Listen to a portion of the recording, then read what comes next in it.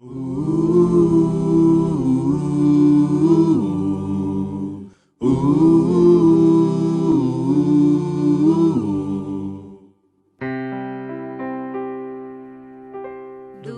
teu falar,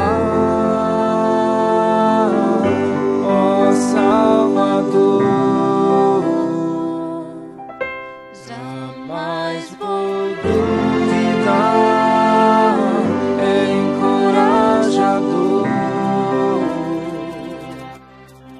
Alimento Diário, série E será pregado este Evangelho do Reino. Título do volume 4, O Plano da Salvação Divina.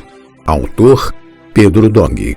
Título da semana 4, A Genealogia do Rei do Reino dos Céus. Quinta-feira. Ler com oração Mateus capítulo 1, versículo 21. Ela dará à luz a um filho e lhe porás o nome de Jesus, porque ele salvará o seu povo dos pecados deles. Jesus nasceu da vontade de Deus. A quinta mulher mencionada na genealogia de Jesus é muito diferente das 4 anteriores. Mateus capítulo 1, versículo 16 diz: E Jacó gerou a José, marido de Maria, da qual nasceu Jesus, que se chama o Cristo. Jesus, o rei dos judeus e rei do reino dos céus, nasceu de Maria. Ela estava desposada com José e antes que tivessem coabitado, achou-se grávida do Espírito Santo. Jesus não era filho de José por nascimento. Ele era nascido de mulher, também foi chamado de o descendente da mulher. É um fato que nos ajuda a compreender porque vemos em sua genealogia a menção de tantos pecadores. Versículo 21 diz assim: Ela dará à luz a um filho e lhe porás o nome de Jesus, porque ele salvará o seu povo dos pecados deles. Esse é o motivo. Jesus veio para salvar os pecadores de seus pecados. Já imaginou que, mesmo sendo pecadores, podemos fazer parte da história de Jesus? Louvado seja o Senhor! Todos nós nascemos da união de um homem com uma mulher, mas Jesus não. Jesus foi o único homem nascido somente de mulher, sem a necessidade de um varão para que fosse gerado.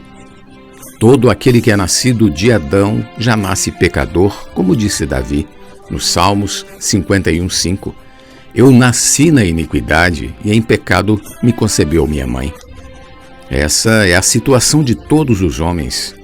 Jesus não nasceu da vontade da carne nem do homem, mas de Deus.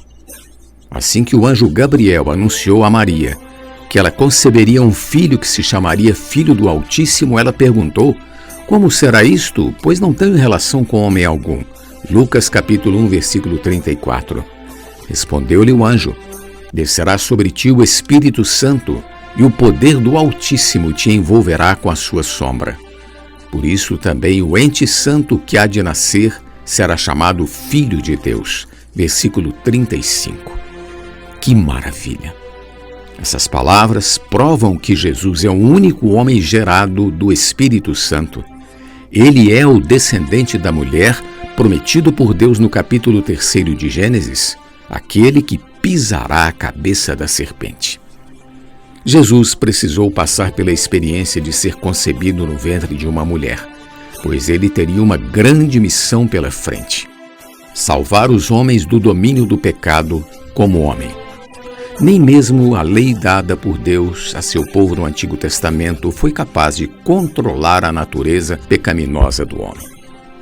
Porquanto o que fora impossível à lei no que estava enferma pela carne, isso fez Deus enviando o seu próprio Filho em semelhança de carne pecaminosa e no tocante ao pecado.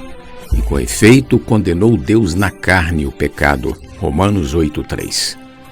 Quando a Bíblia afirma que Jesus veio em semelhança da carne pecaminosa, isso significa que ele não participou do pecado, mas veio tomar a semelhança da carne do pecado herdada da Virgem Maria.